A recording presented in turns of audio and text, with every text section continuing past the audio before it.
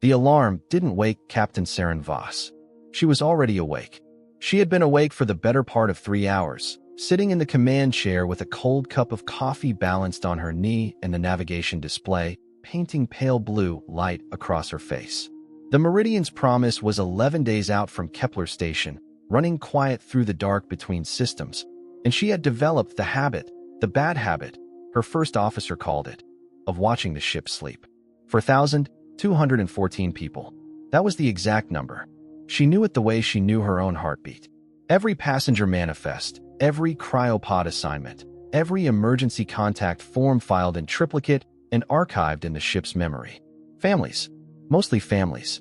Colony assignment packages for the new settlements on Proxima Ceti 4. Farmers and teachers and engineers, and a surprising number of dentists. Apparently the colony was short on dentists. All of them folded into their individual dark glass chambers somewhere in the belly of the ship, dreaming whatever it is people dream when their bodies are running at 12% normal function and their brains are cycling through maintenance patterns that the medical team called sleep, but which felt, to Seren, more like a kind of trust. They had trusted her to get them there. She pressed her palm flat against the armrest and felt the ship through the metal. That specific vibration that told her the secondary drive couplings were running 3 degrees hotter than the manual called ideal, a fact she had logged and flagged and been told by the maintenance chief, a compact, permanently irritated man named Okafor, was fine, was always fine, had been fine for 6 years, and would continue to be fine until it wasn't. She had logged it anyway. She always logged it. The coffee was terrible. Colony ships didn't run on good coffee. They ran on recycled air that smelled faintly of machine oil and the specific institutional optimism of people who believed, genuinely believed, that somewhere on the other side of 11 days of darkness there was a planet worth the trip. Seren believed it too. That was the embarrassing part. 15 years of deep transit command, 41 crossings, and she still felt something shift in her chest when the destination coordinates resolved on the display. Still felt it like the first time. She was thinking about that, about what it meant that she still felt it, about whether that was a strength or a vulnerability, when the proximity sensor changed pitch. Not an alarm. Not yet. Just a shift. The kind of shift that a less experienced officer might have classified as routine traffic, distant debris, sensor ghost. Seren had heard that pitch before, 6 years ago in the Vega corridor, and her body understood what it meant approximately 4 seconds before her conscious mind caught up. She set down the coffee. Brennan. Her voice was level. Completely level. She had practiced that over 15 years without ever meaning to. Talk to me. Ensign Tomas Brennan looked up from the sensor console. He was 23 years old and had been on his first deep transit posting for 8 months, and he had the specific look of someone whose body was beginning to understand something that his training had not fully prepared him for. Contact, he said. Multiple. Bearing 270, elevation -12. They were running dark, Captain. They just lit up. How many? He looked at the display. His jaw worked for a moment. 11, he said. 11 distinct signatures. Seren stood up from the command chair. The movement was slow and deliberate, the way she moved when she needed everyone in the room to stay calm by watching her stay calm. She walked to the sensor station and looked at the display herself, because that was the kind of captain she was. She looked at things herself. 11 contacts. Arranged in a specific formation she recognized from the intelligence briefings that colony transit captains were required to read and were quietly expected to forget, because the brass had decided that frightening the people who moved civilians through deep space was counterproductive. The formation was called a net. It was designed to prevent exactly one thing. Running. Get me Okafor, she said. Get me Lieutenant Fenn. Get me everyone. She looked at the display for another 3 seconds. The contacts were closing at a rate that would bring them to intercept range in approximately 19 minutes. 19 minutes of dark and recycled air and 4,000 people sleeping in the belly of her ship. Her hand found the armrest. She pressed her palm flat against the metal and felt the ship vibrate underneath her. Okay, she said quietly, to no one, to herself, to the ship. Okay. The Varek did not use the word intercept. They used a word that translated, approximately, as collection. The distinction mattered to them. An intercept implied resistance. A collection implied the natural movement of things toward their proper place. Fleet Render Sorethvel stood at the command lens of the Ascendant Patience and watched the human vessel resolve from a contact signature into a visible shape on the tactical display. It was large, larger than most of the colony transports they had taken in this corridor. A generation-class hauler, the humans called them, built for long transit and heavy cargo. The Varek called them full vessels. The name was practical. They were full of things. That was the point. Sorethvel had conducted 47 collections in 17 years of fleet service. He had taken or transports and supply convoys, and, twice, military escorts that had been foolish enough to engage before calculating their odds. He was patient in the way that only beings who had never lost were patient. Completely, serenely, without effort. He looked at the human ship. He considered its mass, its drive signature, its heading. He ran the calculation that he ran before every collection, the one that accounted for resistance probability, defensive capability, crew complement, cargo value. The Meridian's promise was unarmed. The Varek's intelligence on human colony haulers was thorough. No weapon systems. No military-grade shielding. Skeleton crew of perhaps 40 for a ship this size. The rest of the population in cryosuspension. A full vessel, running slow and heavy through a corridor the Varek had been using for 3 seasons without interruption. The calculation resolved in 0.4 seconds. Open a channel, Sorethvel said. Standard collection terms. Give them the full compliance window. His communications officer transmitted. Sorethvel watched the human ship. It continued on its heading. It did not accelerate. It did not attempt any of the 3 or 4 futile evasive maneuvers that occasionally preceded the inevitable. After 41 seconds, a human voice came back. It was a woman's voice. Calm. Professionally calm, in the particular way that the Varek had learned to recognize as a human performance of calm rather than actual calm. There were subtle markers, a specific cadence quality, a slight compression in the upper register. She was afraid, this captain. She was simply choosing not to show it. Sorethvel found that mildly interesting. Not unusual, but mildly interesting. This is Captain Seren Voss of the colony transport Meridian's promise, the voice said. We acknowledge your transmission. We are complying. We are cutting engines.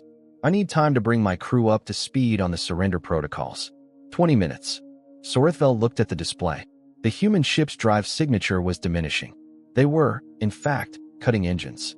He granted the 20 minutes without deliberation. It cost him nothing. There was nowhere the humans could go. What he did not know, what the Varek's thorough intelligence on human colony haulers had never accounted for, because it was not a thing that needed accounting for, because no unarmed civilian vessel had ever made it relevant, was what a crew of 38 people could do in 20 minutes when their captain told them what was in the hold. The hold of the Meridian's promise was not glamorous. Seren had walked it dozens of times, because she walked everything. It was the habit her first captain had instilled in her, and which she had never been able to stop. And she knew every cubic meter of it the way she knew the drive coupling readings and the passenger manifest. Bay 1, 2,400 tons of refined or pellets in magnetic containment canisters, bound for the smelting operations at Proxima Ceti. Each canister approximately the size of a transport skiff, sealed, pressurized, and designed to be magnetically launched from the ship's cargo rail for orbital delivery. Bay 2, fuel cell reserves. 412 cells, each one a self-contained reaction unit that the ship used to supplement primary drive output during high-demand transit. Each cell was rated to approximately the explosive yield of a small demolition charge when ruptured under sufficient impact stress.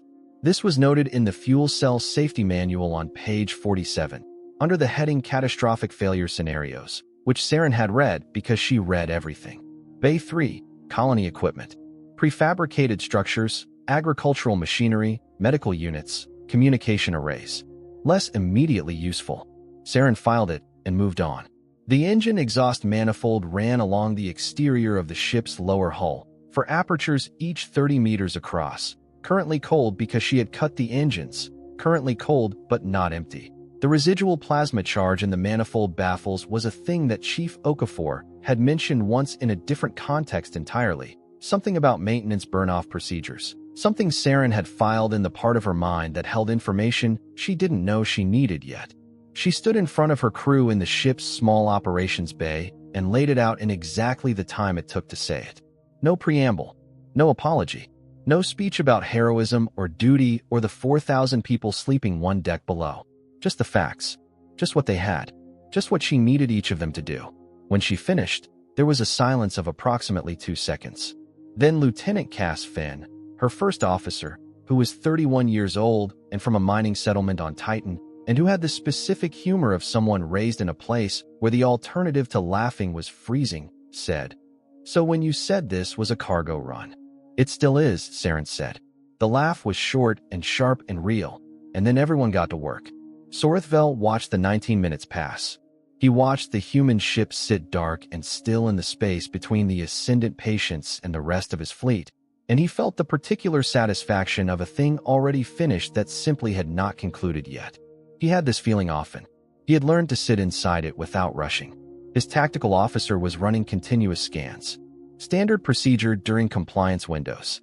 The human ship was cold, drives down, weapons absent as expected, no power signatures beyond life support and basic systems.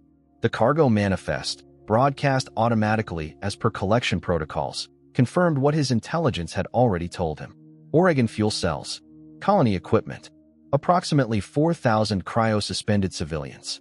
The civilians were cargo, in the Varek's accounting.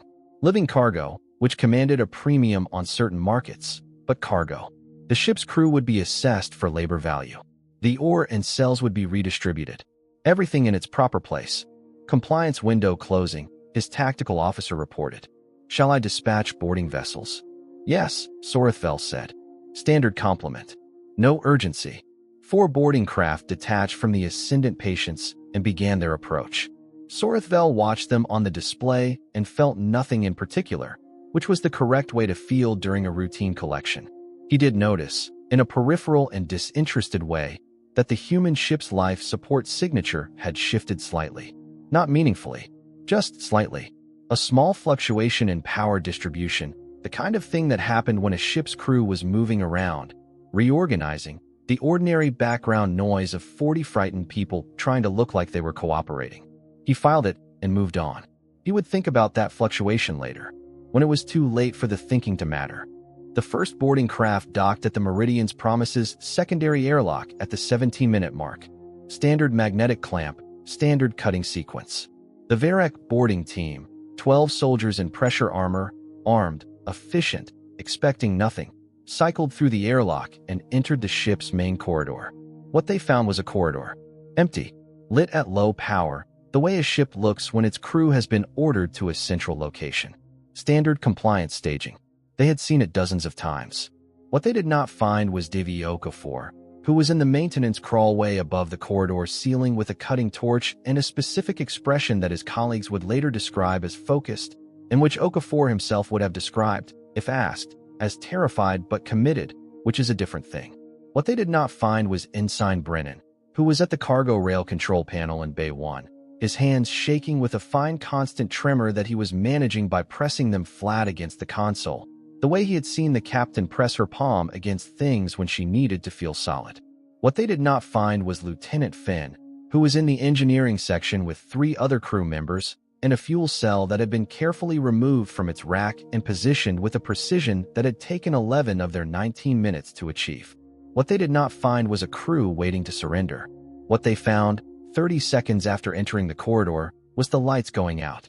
The sound of a ship going to battle stations, even a ship with no weapons, especially a ship with no weapons, is the sound of every non-essential system cutting power simultaneously, a series of clicks and hums, and the specific silence of things that were running and are not running anymore, and underneath it the sound of people moving in the dark with purpose. Seren was in the command chair. The display in front of her was showing her 4 things at once.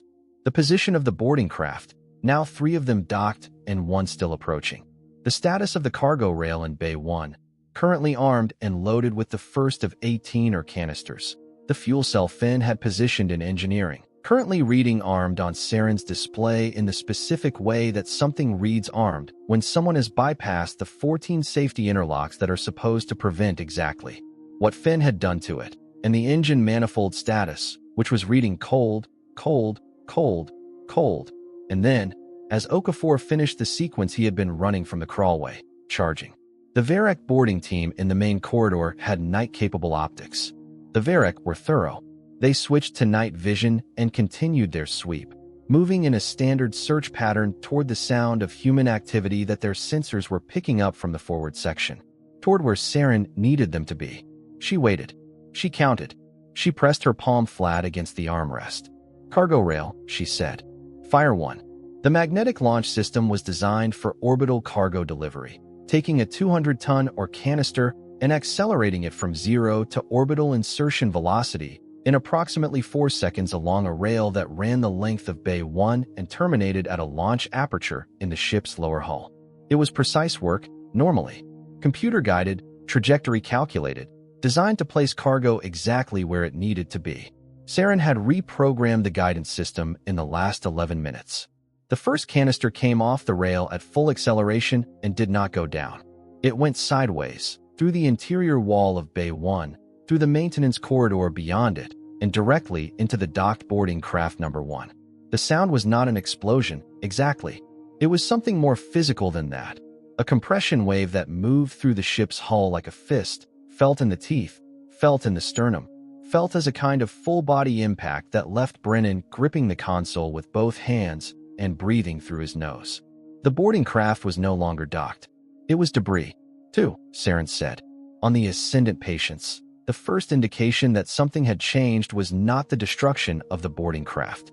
The destruction of the boarding craft registered on tactical as a contact loss, followed immediately by a debris signature, followed immediately by a silence from the boarding team that was complete and total, and not the silence of a team maintaining communications discipline. Sorethvel looked at the display. He looked at it for 1.3 seconds, which was, for Sorethvel, a long time to look at something without responding. In those 1.3 seconds, he processed the contact loss, the debris field, the absence of communication from his boarding team, and the now notable fact that the human ship's power signature had shifted from compliance low to something else entirely. "Scan that ship," he said. The scan came back in 0.8 seconds and told him things that his thorough intelligence on human colony haulers had never prepared him for, because the things the scan was showing him were not things that unarmed colony haulers did. The cargo rail was active. The fuel cell signatures were reading in a pattern that his tactical officer, after a moment of processing, described as, and here the tactical officer used a Varek term that translated roughly as wrong in an intentional way. The engine manifold was building charge. Sorethvel looked at the display for another full second. They were waiting, his tactical officer said. It was not a conclusion that required acknowledgement. Sorethvel was already recalculating, already running new numbers, already adjusting. But adjusting took time, and in the time it took to adjust, the Meridian's promise fired its second or canister, and then its third, and the second caught the approaching fourth boarding craft broadside and sent it spinning. And the third impacted one of his smaller escort vessels on the starboard flank, and the result of that impact was something Sorethvel had not seen in 17 years of fleet service. He had never seen one of his ships destroyed. He looked at the debris field where the escort vessel had been and felt something that the Varek did not have a precise word for, something that lived in the space between surprise and recalculation, and a third thing that he did not examine closely, because examining it would have required him to name it. "Return fire," he said. "Disable only. I want that ship intact." He still wanted the cargo. Even now, even with the boarding craft gone and the escort vessel gone and the human ship doing things that were not possible according to everything he knew, he still looked at that ship and thought full vessel. That was the mistake. Not tactically. Emotionally. He was still thinking about what it contained instead of what it was. The return fire from the Varek fleet hit the Meridian's promise on the port side. 2 disable-grade energy bursts that were designed to kill drives and electronics without breaching hull. They did exactly what they were designed to do. The ship lurched. 2 secondary systems went dark. Brennan, thrown sideways against his console, came up with a cut above his eyebrow that he did not notice for another 40 minutes. Seren felt the hit through the armrest. Felt the ship stagger. Felt, underneath that, the sound of the drive couplings, the secondary drive couplings that ran 3 degrees too hot and always had, making a noise they had never made before. "Okafor," she said into the comm, "talk to me." His voice came back from somewhere inside the ship's walls, slightly muffled by whatever he was pressed against. Secondary couplings are angry. Not catastrophic. Yet, the manifold is still building. How long? For minutes. Maybe 350 if they hit us again.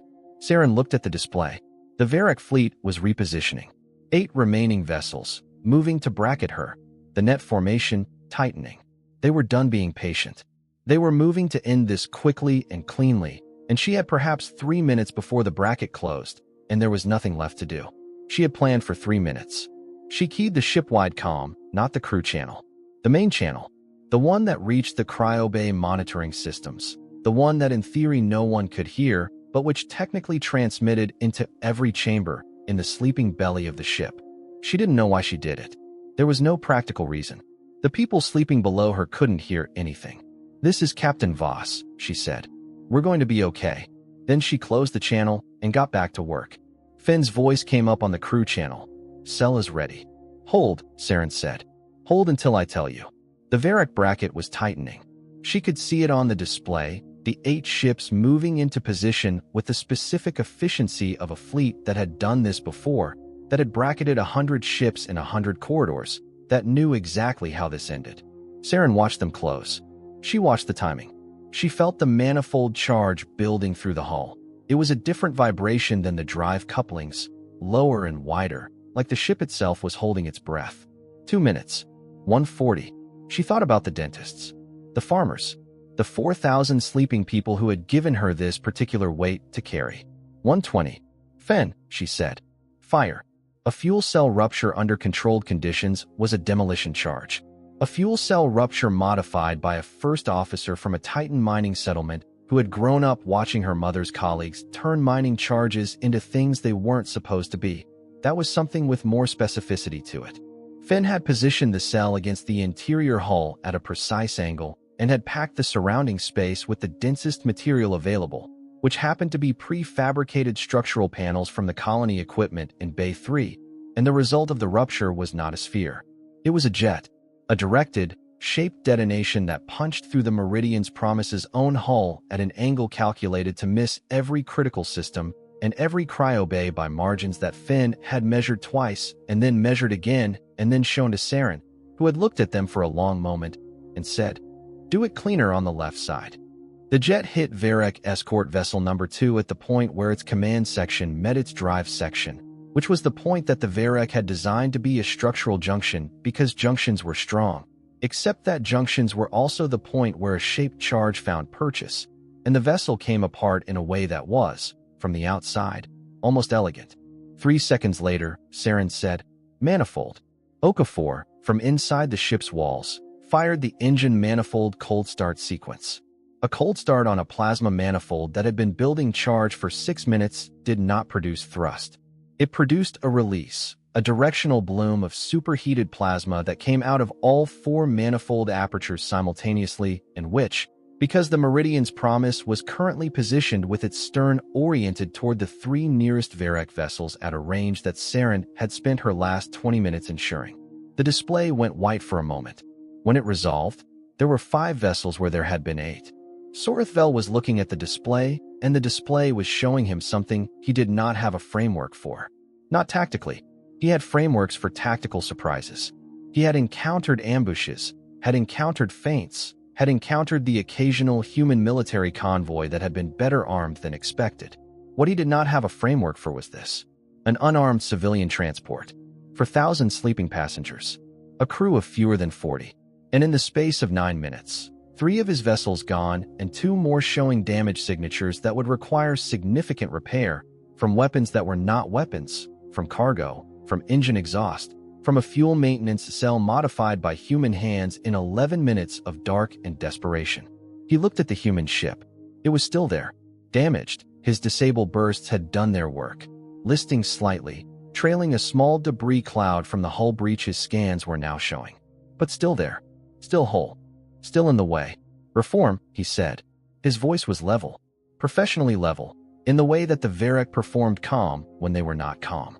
He did not notice the similarity. His remaining 5 vessels began to reform. He still had the numbers. He still had the firepower. The human ship had used its advantages, had used them with a creativity that he was, privately, filing away in a part of his mind that he would examine later. but it had used them. The ore rail had limited shots remaining. The fuel cells were spent. The manifold was cold and would take time to recharge. He ran the calculation again. It resolved the same way it always resolved. He still had the numbers. What the calculation could not account for, what no calculation Sorethvel had ever run had needed to account for, was what the Meridian's promise did next. It started moving. Not away. Not toward open space. Not toward the escape vector that any rational analysis of the situation would have identified. Toward the ascendant patience. Sorethvel looked at the display for a long moment. "They are coming at us," his tactical officer said. "I see that. They have no remaining. I see that." The human ship was moving at perhaps 60% of its normal transit speed, damaged, listing, trailing debris, moving directly at his command vessel with an intention that was legible from 11,000 kilometers away. And behind it, barely visible on the scan, something that his tactical officer flagged as anomalous, and which took Sorethvel 4 full seconds to identify. Bay 2. The remaining fuel cells. They had not all been spent. The captain had held some back, and now they were reading in the same pattern as the one that had destroyed his escort vessel. The pattern his tactical officer had called wrong in an intentional way. She was going to use the ship itself. She was going to ram the ascendant patience with a vessel packed with modified fuel cells at a closing velocity that would produce a detonation that would break formation, Sorethvel said. "All vessels, break formation and pull back. Fleet render, we have the numbers. Break formation." There was a pause. The kind of pause that happened when someone was choosing between their training and their instinct was louder. "Break formation," he said again, and something in his voice settled the question. The 5 Varek vessels pulled back. Not a retreat. A repositioning, Sorethvel told himself, a tactical reorientation. But the Meridian's promise was still coming, still moving directly at the space where his fleet had been, and then it was passing through that space, and then it was on the other side. It had gone through them. It was continuing on its original heading.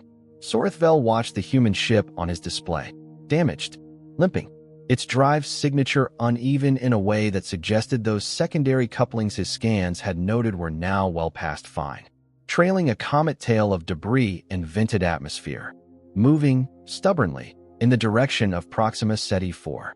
He could pursue. He still had 5 ships. He still had the numbers. He did not pursue. He watched the Meridian's promise until its signature began to blur with distance, and he ran the calculation one final time. And this time the calculation did not resolve the way it always had, because this time the calculation included a variable that he had not known to include before today, a variable that he did not yet have the right mathematical symbol for, a variable that had something to do with what a species was willing to become when the thing they were protecting was sleeping and could not protect itself. "Set course," he said quietly. "Back to base." No one asked him to explain.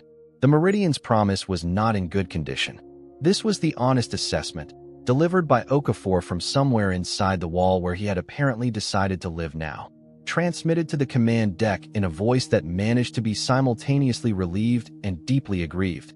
The way that engineers sound when something they care for has been asked to do more than it was designed for, and has done it anyway, and is now making them pay for the experience. The secondary drive couplings were no longer running 3 degrees too hot. They were not running at all. The port maneuvering thrusters were gone.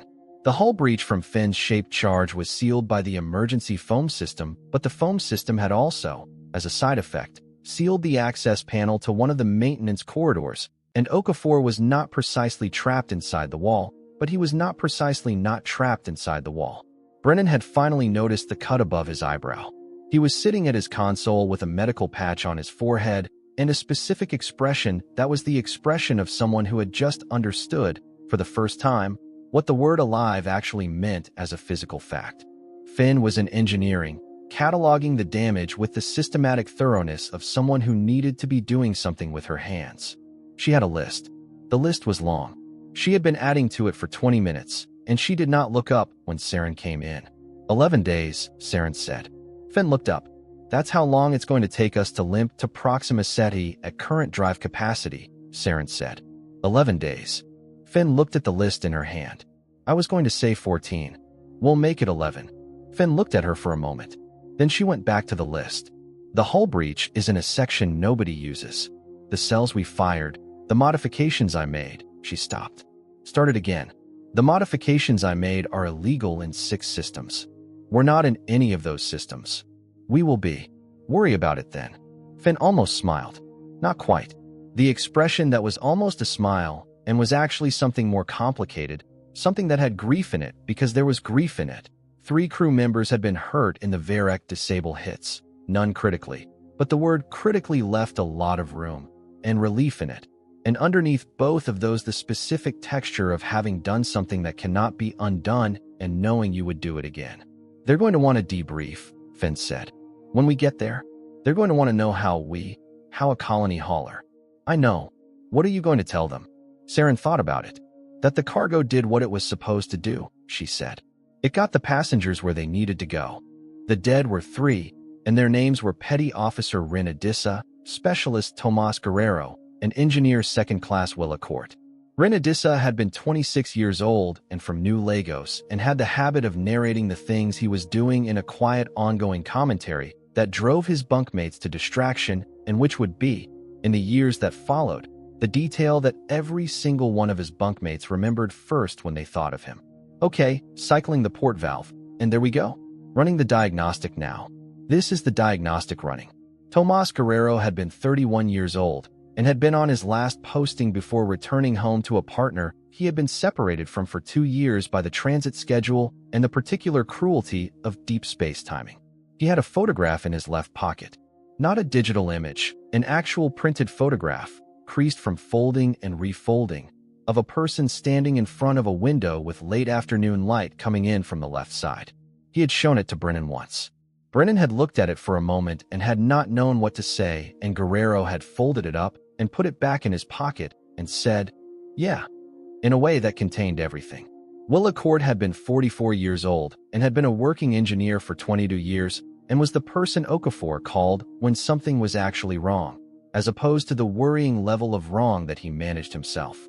She had known about the fuel cells and had been the one to confirm Finn's calculations and had done it in approximately 90 seconds with a look on her face that suggested she had been waiting for someone to ask her something interesting for the better part of a decade. She had been in engineering when the Varek disable burst hit the port systems. The surge had been the problem, not the burst itself. A cascade through a junction she had been standing next to, working. She had died doing her job. Okafor said this at the small shipboard memorial that Seren conducted in the mess 2 hours after the Varek fleet vanished from the display, and he said it plainly, without embellishment, the way engineers say true things. Seren stood at the front of the mess and looked at the 29 surviving crew members, some with patches, some with the specific pale stillness of people who had spent their adrenaline and not yet replaced it with anything, and did not say anything about heroism, did not say anything about sacrifice. Said their names, said who they had been, said that the ship was going to Proxima Ceti and it was going to get there, and that Rin and Tomas and Willow were the reason. That was all she said. Sorethvel stood at the command lens of the Ascendant Patience and watched the space where the human ship had been, which was now empty space with a dispersing debris field and a faint thermal signature from the plasma bloom that would fade within the hour. His remaining captains were waiting for the debrief. He would give it. He would give them numbers and conclusions and the kind of clean tactical language that turned a day like this into something that could be filed and learned from and moved past. He would tell them that the humans had demonstrated unexpected weapons improvisation capability, that the corridor needed to be reassessed as a collection route, that their fleet complement should be reviewed for similar engagements. He would not tell them what he was thinking. What he was thinking was this. The human captain had cut her engines, had sounded afraid, had asked for 20 minutes, and every single one of those things had been true and had also been a tool. She had given him what he expected to see, and what he expected to see had occupied his attention, and in the space that his occupied attention had created, she had turned a cargo ship into the only weapon she had. Not because she was trained for it, not because the ship was built for it, because the other option was losing the 4,000 people sleeping below her feet, and that option was not, for this woman, a real option at all. The Varek had a term for a strategic asset so committed to its objective that it became unpredictable. The term translated as a rational resource. It was used dismissively. It described a liability. Sorethvel was no longer sure the term was dismissive. He thought about the calculation he had run, and the variable he had not known to include, and what it would mean for every calculation that followed. Every net, every collection, every corridor. If the humans had more captains like this one. If the sleeping civilians in the holds of every colony ship had, above them, someone who had looked at fuel cells and/or canisters and engine exhaust and thought, I have everything I need. He stood at the lens for a long time. Then he went to give his debrief. He would say the things that needed saying. He would file the report that needed filing. He would not file the part where, for 1.3 seconds, he had looked at a damaged civilian transport sailing directly at his command vessel and had understood, with a completeness that no intelligence briefing had prepared him for, that the ship was not a ship anymore. It was a mother. 11 days later, the Meridian's promise arrived at Proxima Ceti 4. The approach took longer than it should have, because the drive was still limping and Okafor had been arguing with the secondary couplings continuously for 11 days in the specific way he argued with things, quietly, persistently, with a running commentary that suggested he had taken behavioral tips from Rinadissa without ever meaning to. The cryo bays came online in sequence. 4,214 people woke up in the specific, confused way that people wake from cryo, slowly, uncertain of where their body was, reaching for context. Medical teams moved through the bays doing standard assessments. There were questions about the hull patch visible from the interior viewing port in Bay 3. There were questions about the deployment notification system that had apparently been activated and then deactivated during transit. One passenger, a structural engineer from Kepler Station, noticed that one of the prefabricated panels from the colony equipment bay seemed to be missing and filed a formal inventory discrepancy report, which Finn read, and then set down and then picked up and read again. They didn't know. Most of them didn't know. They stepped off the Meridian's promise into the pale yellow light of a different sun, and they looked up and they breathed air that was not recycled, and they felt the specific gravity of a planet that was not their origin planet. And there was in that moment everything that the colony assignment packages had promised them. The beginning of something, the opening of a door. They didn't know what the door had cost. Seren stood at the top of the boarding ramp and watched them go. She had been standing there for 40 minutes. She would stand there until the last one was off. That was her habit, her last crossing habit, the thing she did that her first officer called unnecessary and which she had never been able to stop. Brennan came and stood beside her. The patch on his forehead was gone, replaced by a thin healed line that he kept touching without realizing it. He watched the passengers for a while. There's a lot of dentists, he said. Colony was short, Seren said. There's really a lot. They had a shortage. A family passed below them, 2 parents and 3 children, the youngest barely walking, all of them blinking in the yellow light with the expression of people who had woken up somewhere new and were deciding, in real time, whether it was wonderful. The youngest child looked up and saw Seren at the top of the ramp and stared, with the direct and unashamed attention of very small children, for a long moment. Seren looked back. The child waved. A small, uncertain, whole-arm wave. Seren lifted her hand. The family moved on. The boarding ramp was quiet now. The last of the passengers had disembarked. The dock crews were beginning their approach, ready to take the Meridian's promise in for the repairs it needed. The repairs that would take 6 weeks and would cost more than the cargo had been worth, and which no one who made such calculations had yet begun to fully reckon. Seren stayed where she was. The yellow sun was warm on her face. Below her, the colony was already beginning. Already the sound of people moving, of equipment being assembled, of voices asking where things went and being told, of the ordinary persistent noise of a species that arrives somewhere new and immediately starts building. She thought about Rin's narration, about Tomas's photograph, about Willa's 90-second calculation with the look of someone finally given an interesting problem. She thought about 300 tons of, or in a magnetic rail, about a fuel cell with 14 safety interlocks removed, about plasma bloom and cold starts and the specific creativity of people who have nothing left to fight with and fight anyway. She thought about the alien commander, wherever he was now, running whatever calculation he was running. She hoped it troubled him. She hoped it troubled him for a long time. That moment when he looked at a damaged cargo ship and saw something sail through his fleet and keep going. Keep going past every place where a rational calculation would have stopped. past every measure of what was possible or advisable or sane, past everything except the weight of 4,000 people in the dark below, sleeping, trusting, needing nothing from her except the one specific thing that no weapon and no fleet and no calculation had ever found a way to stop. The yellow sun moved a few degrees. Brennan eventually went back inside. Seren stayed a little longer, the way she always did, one hand pressed flat against the ramp railing, feeling the ship through the metal. The familiar vibration of the secondary drive couplings, still running hot, still running. And below her the colony spreading outward into the yellow morning. All 4,000 of them waking into a life they had crossed the dark to find, none of them knowing, none of them needing to know what it is to stand between the sleeping and the hungry and discover that love, stripped down to its last available tools, does not negotiate, does not calculate, does not accept the terms of its own defeat. It simply finds what is at hand and refuses, and refuses, and refuses again, until the stars themselves run out of night.